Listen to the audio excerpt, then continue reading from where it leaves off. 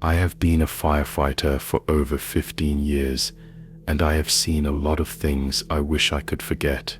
But there is one call that still haunts me, one that I cannot explain no matter how many times I try to make sense of it. It started with a house, an old abandoned place on the edge of town. The first time we were called there, it was just another fire, flames roaring through the windows, black smoke curling into the sky. We did what we always do. We moved fast, worked together, and within minutes the fire was out. But something felt off. The flames had been intense, but the structure was barely damaged. The walls were untouched, the floors unscorched. It was as if the fire had never been there at all. We checked for signs of accelerants, faulty wiring, anything that could explain what we had seen. No cause, no damage, nothing at all. It was eerie, but we left it behind, chalking it up to a strange fluke. Then the next night, we were called back. The same house, the same fire, and just like before, the flames were wild and consuming. Yet when we put them out, there was no damage, not even a hint of smoke on the walls. This went on for a week. Every night, at almost the same time, we got the call. Every night, we arrived to find the house engulfed in flames, and every night, the fire died without a trace. The moment we extinguished it, the town started whispering about it. People came to watch from a distance, standing in small, murmuring groups, eyes filled with unease. The chief was frustrated, baffled, ordering full investigations, but there was nothing to find. It was as if the fire was not real, as if it was something else entirely. On the seventh night, I decided I needed to see for myself. We had never entered the house before. There had been no reason to. But that night, as soon as the flames were out, I told my partner we were going inside. He hesitated, then nodded. We grabbed our flashlights and stepped through the front door. The moment I crossed the threshold, my skin prickled. The air was thick, suffocating, filled with a strange heat that did not make sense. The floor creaked beneath our boots as we moved through the silent house. It was empty, abandoned for years. Dust covered every surface, yet the walls and furniture were untouched by the fire. That was when we saw it. On the far wall, near what had once been a fireplace, was a small blackened handprint. I felt my stomach drop. It was fresh, the edges still smoldering, the imprint deep, as if burned into the wool by something impossibly hot. My partner swore under his breath. I stepped closer, my breath coming in short, uneasy bursts. The handprint was small, a child's hand, but there were no children in that house. There had not been for decades. I reached out, hesitating before pressing my fingers to the mark. The wool was cold, ice cold. I yanked my hand back, my pulse pounding. That was when we heard it. A faint, distant giggle, a child's laugh echoing through the empty house. My partner turned, shining his flashlight wildly around the room. There was nothing, no movement, no one, just dust and silence. But I knew what I had heard, and I knew in that moment that we had made a mistake coming inside. I grabbed my partner's arm, my voice low and urgent. "We need to go." He did not argue. We turned and rushed back toward the door, but as we reached it, the temperature in the house plummeted. Our breath turned to mist in the air. The door slammed shut on its own, and then the fire came back. Flames erupted around us, climbing the walls, licking at the ceiling, but they did not spread like normal fire. They moved strangely, twisting and shifting, almost alive. The laughter came again, louder this time, surrounding us. My partner panicked, trying to force the door open, but it would not budge. The heat was unbearable, but the flames never touched us. They danced around us, trapping us, but never burning. That was when I saw them, shadows in the fire, shapes moving, shifting, watching, and in the center of it all, a small figure, a child, just standing there, staring at me through the flames. I could not see their face, only the outline, dark against the fire, and then they raised their hand, slowly, deliberately, pressing it against the wall beside them. Another burned handprint appeared, fresh and smoldering. The door burst open behind us. The chief and the rest of the crew yanked us out, dragging us to safety. The moment we crossed the threshold, the fire vanished. 1 second it was there, roaring around us.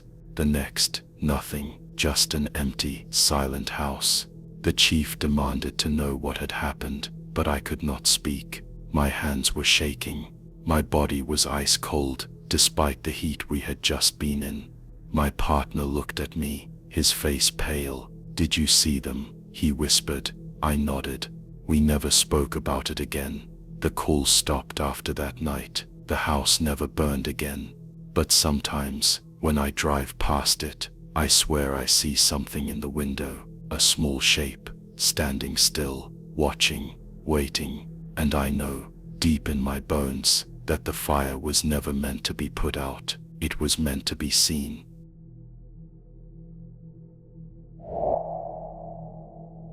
Fire has a sound. Most people do not know that, but it does. It crackles, roars, breathes like a living thing. You learn that when you fight it long enough. I have been a firefighter for over a decade, and I have seen blazes consume everything in their path. I have seen homes reduced to blackened skeletons, cars melted into twisted metal, and bodies burned beyond recognition. But nothing ever prepared me for the fire at the old warehouse on the outskirts of town. It was supposed to be abandoned, yet when we arrived, the flames were already raging, licking at the night sky like hungry tongues. The heat was suffocating, waves of it rolling against my gear as we forced our way in, and that was when I saw him, a man standing in the heart of the fire, motionless, untouched by the flames. At first, I thought he was in shock. People freeze up in emergencies, unable to process what is happening around them. But the more I looked at him, the more I realized something was wrong. He did not move. He did not flinch. The fire curled around him, but his clothes did not burn. His skin did not blister. My gut twisted with something colder than fear. I shouted, trying to get his attention, but he did not respond. I took a step closer, my boots sinking into the weakened floor. My instinct screamed at me to get out, but I could not leave him there. I reached out, fingers brushing the thick, smoky air between us, and that was when he finally moved. His head tilted, his gaze locking onto mine, and then he spoke. The words slithered into my ears like embers under my skin, burning their way into my brain. His voice was calm, almost gentle, but it made my blood run cold. I stumbled back, my heart hammering, and then the ceiling groaned above us. The fire had eaten through the beams, and the structure was about to come down. I turned to run, but the floor beneath me buckled. My team was shouting my name through the radio, but their voices felt distant, drowned out by the whisper of the flames. Just as I thought I was going to be swallowed whole, someone grabbed my arm and yanked me backward. I hit the ground hard, gasping for air, my vision swimming. The man was gone, only the fire remained. My team dragged me out just before the warehouse collapsed. I stood there, watching the inferno die as the hoses poured water onto the wreckage. No one else had seen the man. They told me there was no one inside, that I must have been disoriented by the smoke, but I knew what I saw. I could still hear his voice in my head. "It is your turn now." The words haunted me for days, creeping into my thoughts when I least expected them. And then came the footage. The department always reviewed body cam footage after a major fire. It helped us learn from our mistakes, analyze what went wrong, what could have been done better. I did not want to see mine, but I had to know. I had to prove to myself that he was real, that I was not losing my mind. But when I watched the video, the blood in my veins turned to ice. There was no man, no figure standing in the flames, but there was someone in the fire. Me. I was standing exactly where I had seen him, motionless, untouched by the inferno. My own face staring back at me through the flickering heat, eyes blank, empty. The moment where I had reached out for him, my recorded self did the same. But in the footage, there was no one there to reach for. It was just me, standing in the middle of the fire, as if I belonged to it. I slammed the laptop shut, my hands shaking, my breath came in ragged gasps. As I tried to make sense of it, it could not be real. It had to be some kind of glitch, a trick of the flames. But deep down, I knew the truth. The man was never there, because he was me. That night, I dreamed of fire. It was everywhere surrounding me, whispering to me in voices I did not understand. And in the center of it all, I stood, watching myself burn without ever turning to ash. When I woke up, I could still feel the heat on my skin. I went to the bathroom, splashed cold water on my face, trying to shake the feeling. But when I looked in the mirror, my reflection did not move. It just stood there, staring at me with that same blank expression I had seen in the footage. And then slowly, it smiled. I have not gone back to work since. I told my captain I needed time off, that the fire had messed with my head. He understood. Firefighters see things, we carry ghosts. But I do not think this is something I can shake off, because every night, I hear it, that sound. Not the crackle of flames, not the roar of destruction, but a whisper growing louder, calling my name. And I know deep down, that one day, I will answer.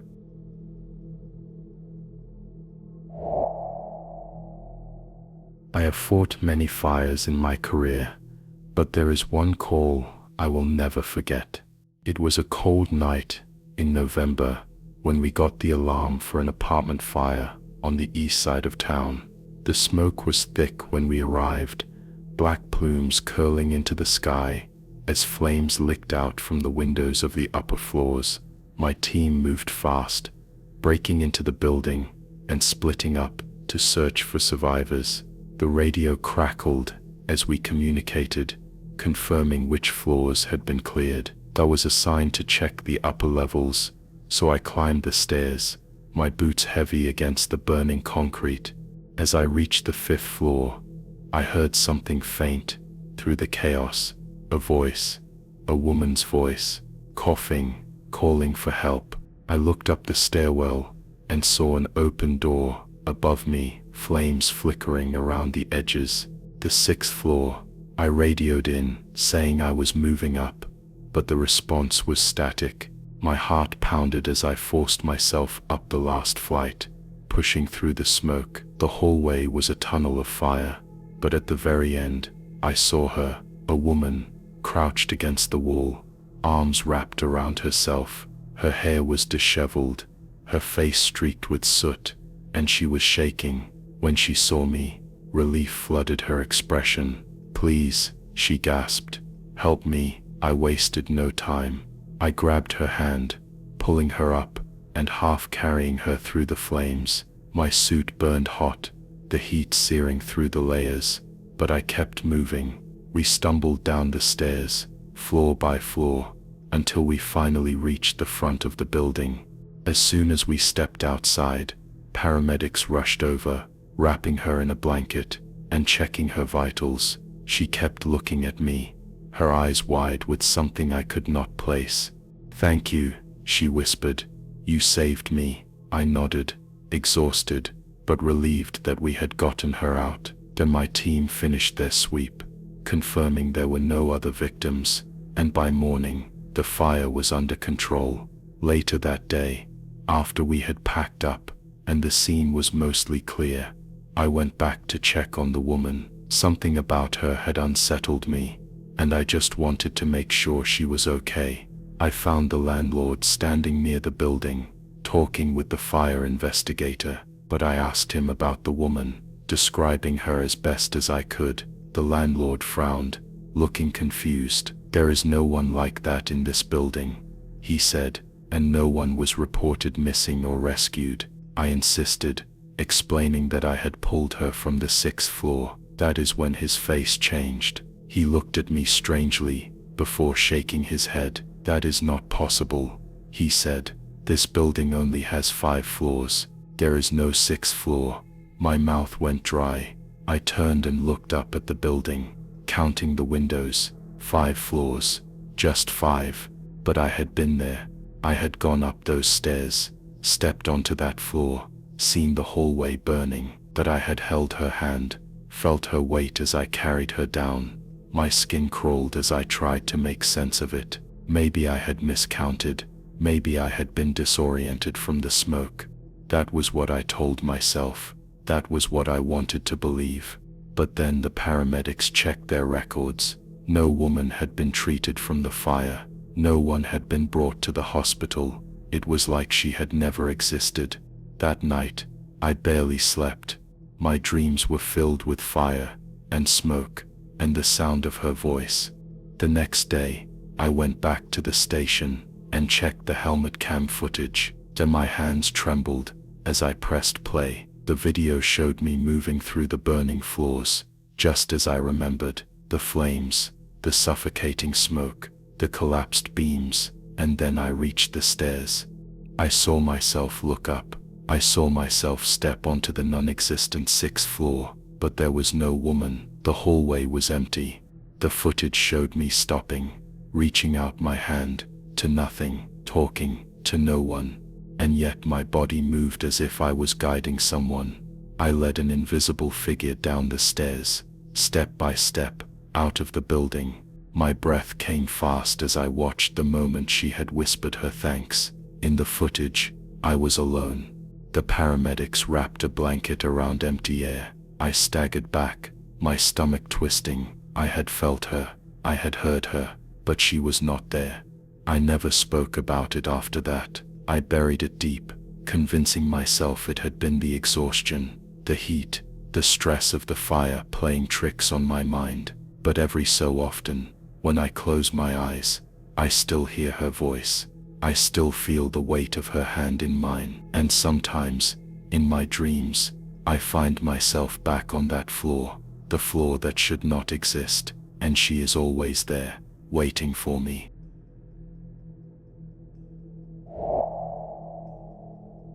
I have seen things in the fire that I cannot explain, things that do not belong in this world. I have been a firefighter for almost 15 years, and I have fought every kind of blaze you can imagine. But there is one fire I will never forget, a wildfire that swept through a remote forest, devouring everything in its path. We were called in as backup to a small crew that had already been battling the flames for hours. The sky was thick with smoke, and the heat was unbearable, even through our gear. I remember thinking that the fire had a strange rhythm, as if it was breathing, pulsing, alive. But that was not the worst part. The worst part was the figures. At first I thought the heat was messing with my vision. I was dragging the hose forward when I saw movement just beyond the wall of flames. It was quick, a flicker of shadow darting between the trees. I blinked, rubbed my eyes, and looked again. The flames licked at the trunks, the fire roaring loud enough to drown out any other noise. But I could see them, dark shapes moving just beyond the fire, as if they were watching us. I turned to my partner, Jason, and was about to say something when he suddenly stiffened. "Do you see that?" he muttered under his breath. I nodded. I was not imagining it. The figures were there, shifting just out of reach, untouched by the fire. There were no animals that large, not in that part of the forest, and they did not move like any animal I had ever seen. They had human shapes, but elongated, stretched, their limbs too thin, and their heads cocked at unnatural angles. I felt my heart hammer against my ribs, but I forced myself to focus on the job. We had a fire to contain. I told myself it was a trick of the light, that the smoke was playing tricks on our minds. But deep down, I knew that was not true. Hours passed. We fought the fire with everything we had, and little by little, we pushed it back. The other teams were spread out, working to create fire breaks, and Jason and I were left to handle a section alone. That was when I heard it. A whisper, so soft I almost thought I imagined it. But then Jason whipped around, his eyes wide. "Did you hear that?" he asked. I nodded, my throat suddenly dry. It was not just the fire crackling. There was something else. A voice, distant, carried by the wind. It was calling my name. We moved closer to the tree line, scanning for anyone who might be trapped. There was no one, just the shifting figures, still standing beyond the flames, still watching. I could feel their eyes on me, though I could not see their faces. I tried to shake the feeling off, to focus, but the closer I got, the more the fire seemed to resist us, as if it did not want us there. Then just as suddenly as it had started, the whispering stopped, the shadows vanished. Jason and I exchanged a look, but said nothing. We worked in silence, waiting for something else to happen, but the fire finally began to die down, retreating into smoldering embers. We returned to the station, exhausted, covered in soot and sweat. None of us spoke about what we had seen. The others had not noticed anything unusual, and I was not about to sound crazy. But that night, Jason could not sleep. He kept pacing, looking out the window, muttering that something felt wrong. I felt it too, a lingering presence, as if something had followed us back. The next morning, our chief called us in. The drone footage from the fire had been reviewed. What we saw made my blood run cold. The figures were real. They stood in the trees, motionless, untouched by the flames. There were at least a dozen of them, surrounding the fire like an audience watching a performance. One of them was closer than the rest. I recognized the spot immediately. It was where Jason and I had stood. The figure had been just a few feet away from us, hidden in plain sight. But the worst part was that, at one point in the footage, the figure lifted its head, and it had no face. The footage cut off after that, as if something had interfered with the drone's signal. No one knew what to say. Our chief chalked it up to smoke interference, a glitch, an illusion. But I knew better. Jason knew better. We tried to move on, but things were never quite the same. A week later, Jason quit. He would not say why, but I could see the fear in his eyes.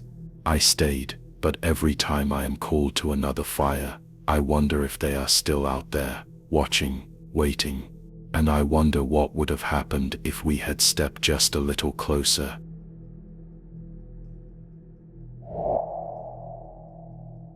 They tell you, fire is alive, that it breathes, that it moves, that it consumes, like a beast that can never be full.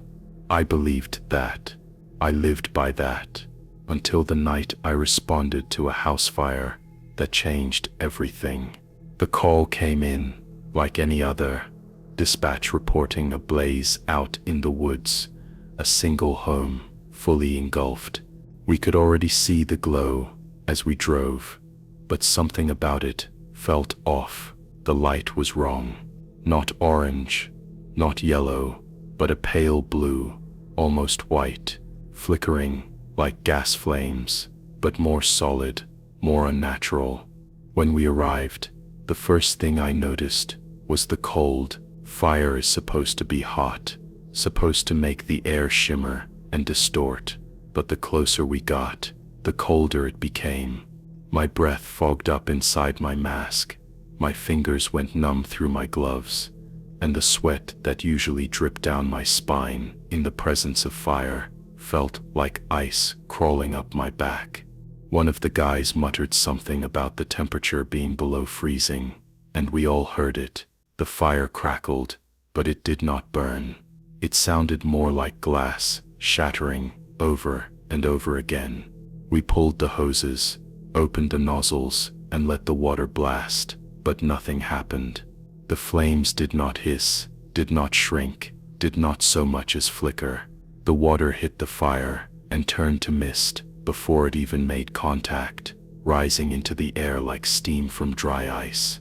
My captain shouted to try foam, but the moment I turned to grab the canister, I heard something behind me. A whisper, my name. I froze. No one should have been inside. We had confirmed before arriving that the house was abandoned, and even if someone had snuck in, they would have been screaming, pounding on the windows, doing anything to escape. Instead, all I heard was my own name, drifting out from the heart of the fire. I stepped closer, against every instinct I had, against every rule I had trained for. I stepped forward. The flames swayed toward me, bending as if reaching out, but the cold did not intensify. It wrapped around me, like a breath against my skin. I extended my hand. My fingers hovered just above the flames, expecting pain, expecting the sharp bite of heat, but instead, it felt like nothing. No burn, no warmth, just a void, and then it pulled me in. I did not have time to scream.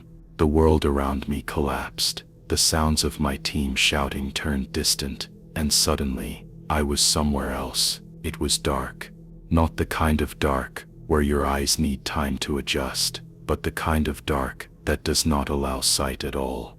I felt weightless, like I was floating, and then I started falling, down, deeper into something I could not see.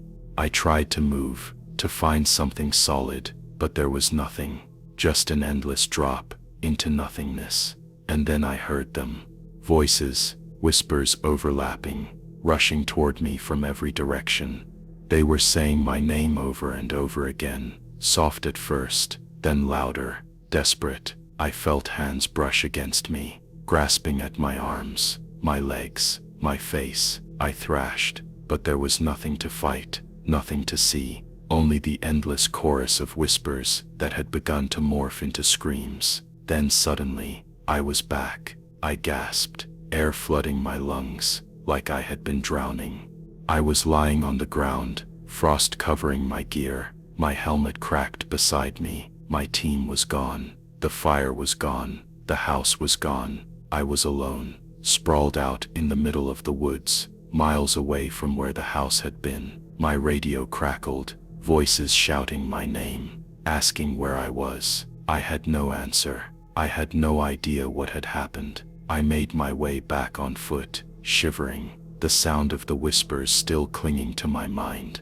When I finally saw the trucks, saw my team, I ran to them, relief washing over me. But the moment they turned to look at me, their faces twisted with horror. I asked them what was wrong. They asked me where I had been. I told them I did not know. They said I had been missing for 3 days. My captain pulled me aside, told me they had searched the entire forest, that they had given up hope, that they thought I had been taken. I told him I was inside. He did not understand. I did not understand. The only thing I knew was that when I closed my eyes that night, I still heard the voices, still felt the hands reaching for me. And when I finally managed to sleep, I dreamed of the fire. Only now, I was the one standing inside it, whispering someone else's name, waiting for them to take my place.